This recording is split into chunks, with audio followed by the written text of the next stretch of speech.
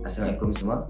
Saya Muhammad Hazim bin Hasbullah, merupakan pelajar tahun 3 bagi Bachelor Sains Pertanian dengan Kepujian. Jadi pada hari ini saya ingin berkongsi serba sedikit berkenaan info dapatan dengan tajuk utama misai kucing sebagai tanaman integrasi.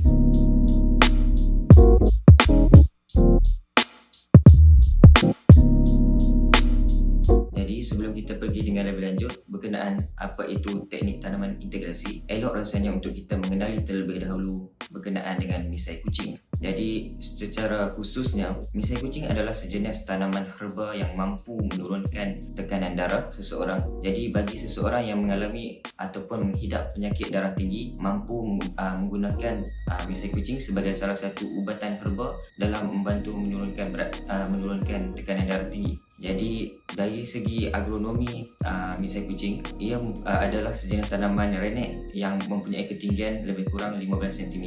Jadi bagi saya, teknik penanaman integrasi sangat sesuai dengan penanaman misai kucing. Ini kerana misai kucing adalah sejenis tanaman renek yang tidak akan memberi persaingan sengit kepada tanaman utama dari segi pencahayaan dan untuk menghasilkan fotosintesis. Jadi bagi saya, tanaman misai kucing sangat sesuai untuk digabungkan dengan tanaman industri yang sedia ada di Malaysia pada ketika ini. Ini kerana tanaman misai kucing yang renek ini tidak akan memberi persaingan sengit tatkala pembesaran tanaman industri utama yang dilakukan oleh petani-petani di Malaysia. Jadi secara konklusinya, sebelum kita pergi lebih lanjut, adalah sesuai untuk teknik penanaman misai kucing. Jadi kita pergi pula dari segi keperluan misai kucing dari sudut agroiklim di Malaysia. Jadi berkenaan dengan agroiklim di Malaysia, Malaysia mempunyai taburan hujan sebanyak 2000 hingga 2500 mm purata tahunan. Jadi ia sangat sesuai dengan tanaman misai kucing sebagai integrasi. Ini kerana misai kucing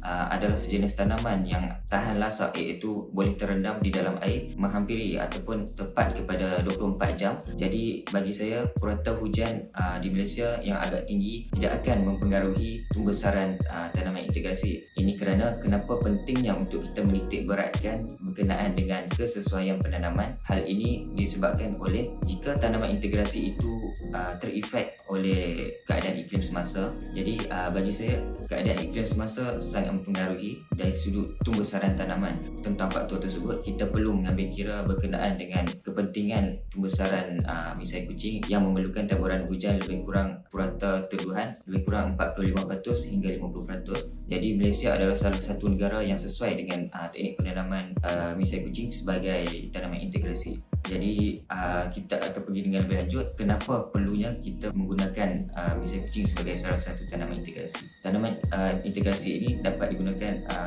menggunakan tanaman misai kucing kerana ia hanya memerlukan tempoh hampir 10 minggu sahaja untuk kita harvest hasilnya dan kemudian dijual di pasaran. Jadi 10 minggu itu adalah satu tempoh yang agak singkat untuk kita mempunyai rotation hasil. Jadi bagi saya, perkara ini sangat penting kerana sebagai petani, kebanyakannya akan mementingkan berkenaan dengan keuntungan. Jadi jika kita tidak menitik beratkan tentang tempoh penghasilan pembesaran sesuatu tanaman itu, ia akan memberi kesan untuk penghasilan dan juga keuntungan dari sudut petani. Jadi di sini saya cadangkan dua jenis teknik integrasi yang sesuai bagi misai kucing, iaitu teknik secara hedgerow planting dan juga normal planting.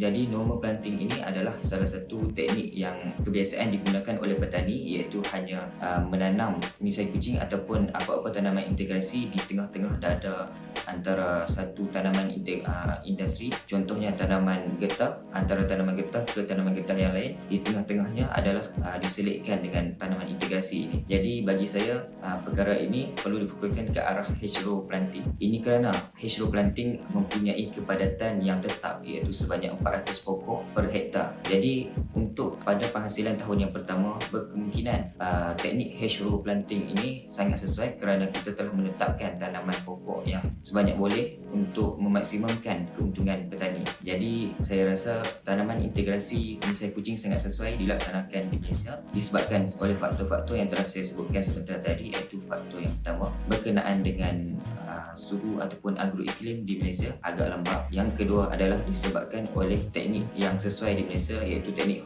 hedgerow planting yang lebih banyak diamalkan ataupun yang perlu dititik beratkan kerana ia telah mempunyai spesifikasi sebanyak 400 pokok. Jadi secara konklusinya, saya ingin merumuskan bahawa misai kucing adalah sejenis tanaman yang sangat sesuai dijadikan sebagai tanaman integrasi di Malaysia.